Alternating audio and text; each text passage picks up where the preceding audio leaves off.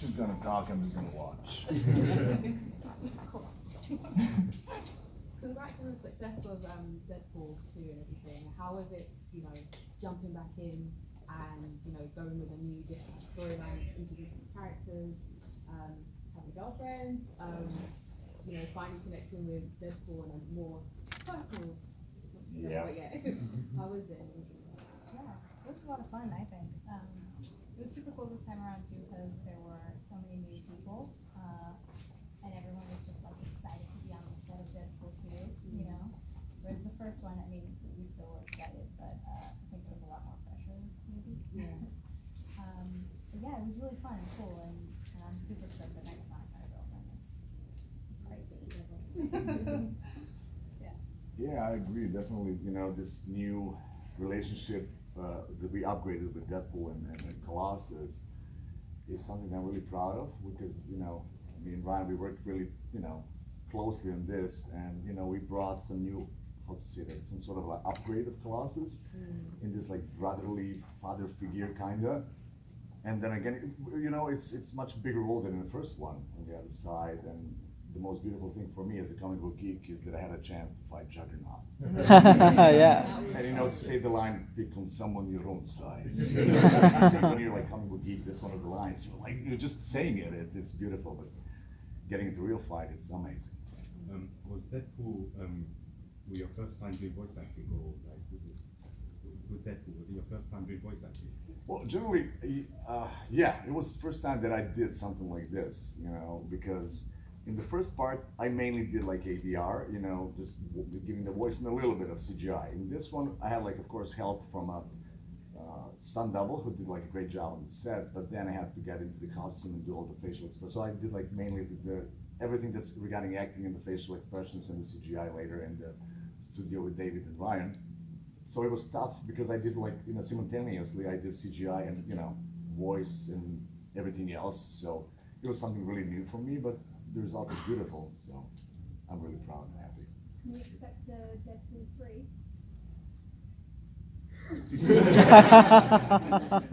Well, we have extremely successful franchises. So there is like, you know, rumors about X-Force, Deadpool 3. So we'll see what's going to happen. Just wait, and we're not allowed to say anything. What are your favorite lines from the movie so far? Oh my gosh.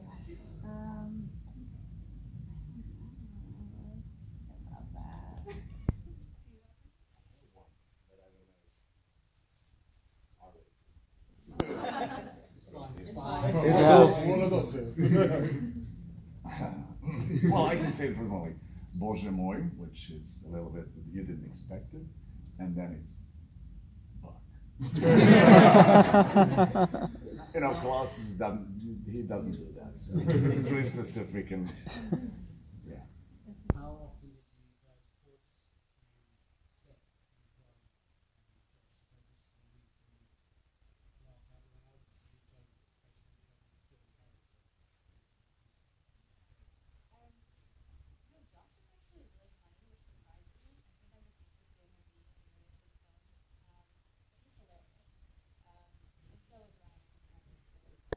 Ryan has like this really unique ability to kind of lighten the set when it's like really stressed or when we're crunched on time or something. Yeah, Ryan has the ability to make things super fun. So it was a really fun shoot with overall. Everyone was generally in a great mood. Yeah. What's it like shooting the action sequences in the film, especially when you have to use your powers as like a sort of teenage woman? It's weird. Yeah, it's kind of weird. I mean, you can get used to it, but definitely like the first couple times of just doing this for like 45 minutes. Very strange. Yeah, just like squatted. It's so weird. On the first one, actually, I remember doing this for the first time, and the entire back of my suit just like split in half. What's the funniest moment you had on set with the cast crew members? I don't know.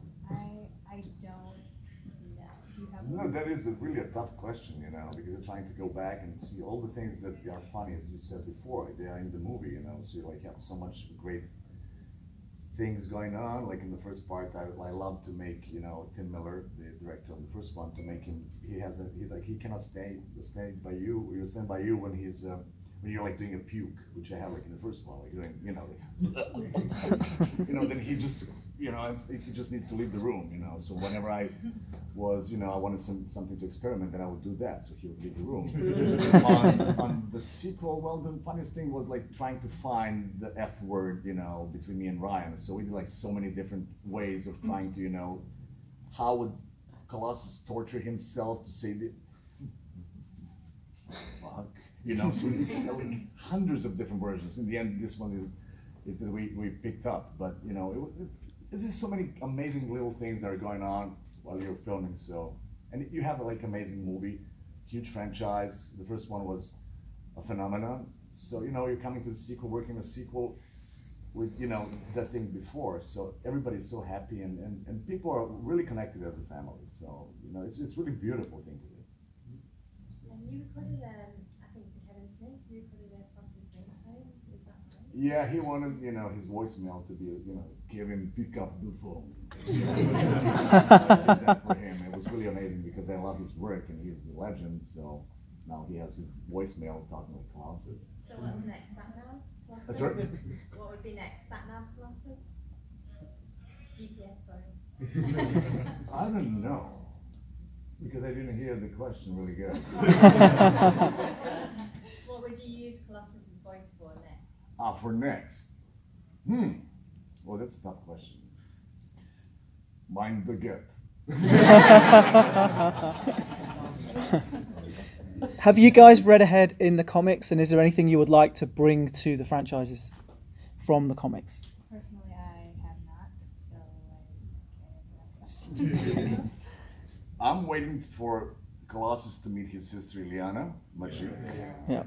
And New Mutants are coming next year, so yeah, I'm hoping, you know, you'll have Rasputin's back, you know, together in a movie. So we'll see what's going to happen, but I'm really counting on that. You know, that will be really fantastic to see. Yeah. During your time at Comic-Con, have you had any sort of special moments with any fans or any sort of real interactions that stand out for you? Yeah, I've gotten a few notes from your kids, which has been super awesome. I think those are really special moments for me, and it just makes me so happy to feel like I've helped someone feel comfortable in their skin, or like they feel empowered. Like, that's awesome. So that's exciting.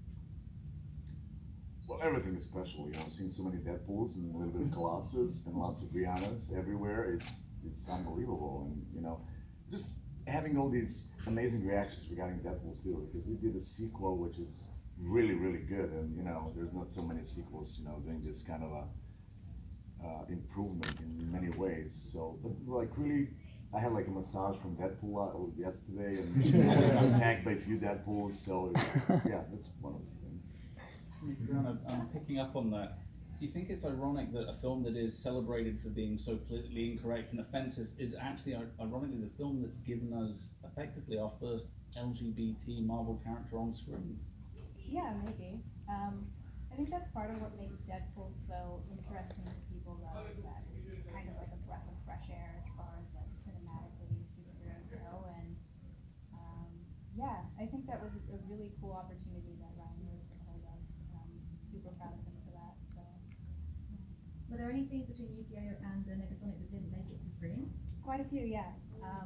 Hopefully they're on the deleted scenes of the DVD, but yeah, there was a lot of cool stuff in there that I hope maybe you get to see. Lots of cool outfits. Would you like to see Kitty Pryde back? Of course, because, yeah, love, and they're getting married on 20th June, comic books. I don't know if you heard about it. But yeah, of course, there are like some rumors, and there are like some things regarding the Kitty Pryde solo movie. Like Kitty Pryde. No, it's okay. I thought it was alert because I was telling like Fox, like, They're on to us. Yeah, don't say that, don't say that. Okay. No, but there's like some rumors regarding that, so I hope, you know, it's the other thing that I would love to see, as I said with Sister, but yeah, Kitty Pryde is the Little Dragon, something I want to see. What's been your favorite comic book read involving Colossus that that you personally read and really enjoyed? You know, the first issue, the first appearance of Colossus in 1975, it was giant-sized X-Men by Dave Cockrum and Len Wein.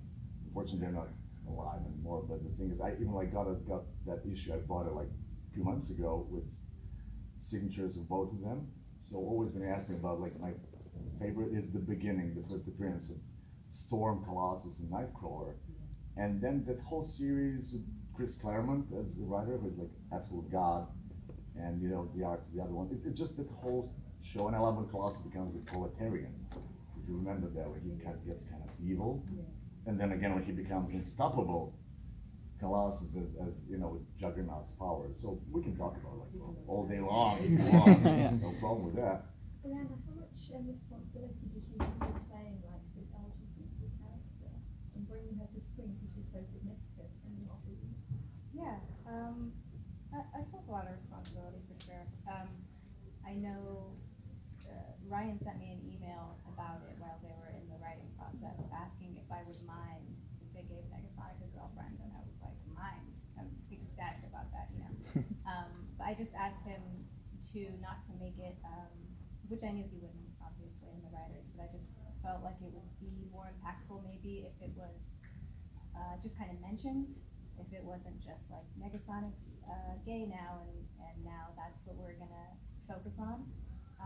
So yeah, I think he and the writers did it really beautifully, and yeah, that probably worked out really well.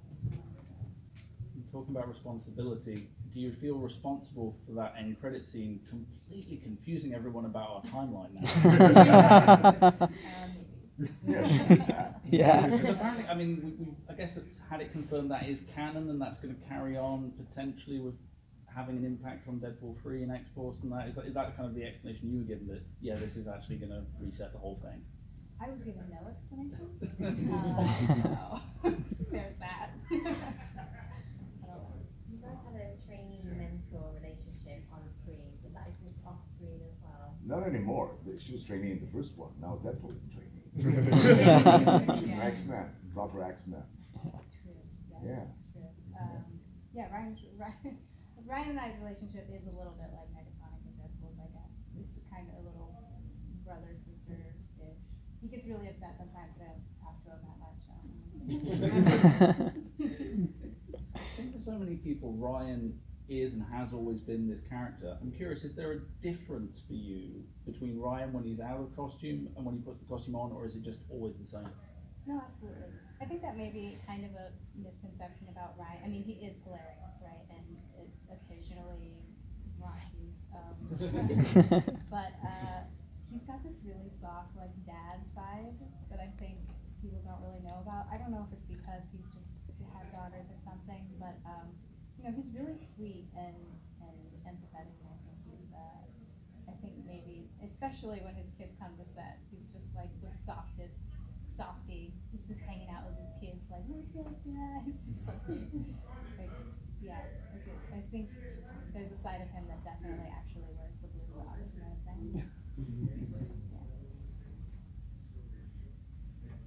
So there's quite a difference in budget between the first and the second one. Was there a major difference for you guys? Yeah.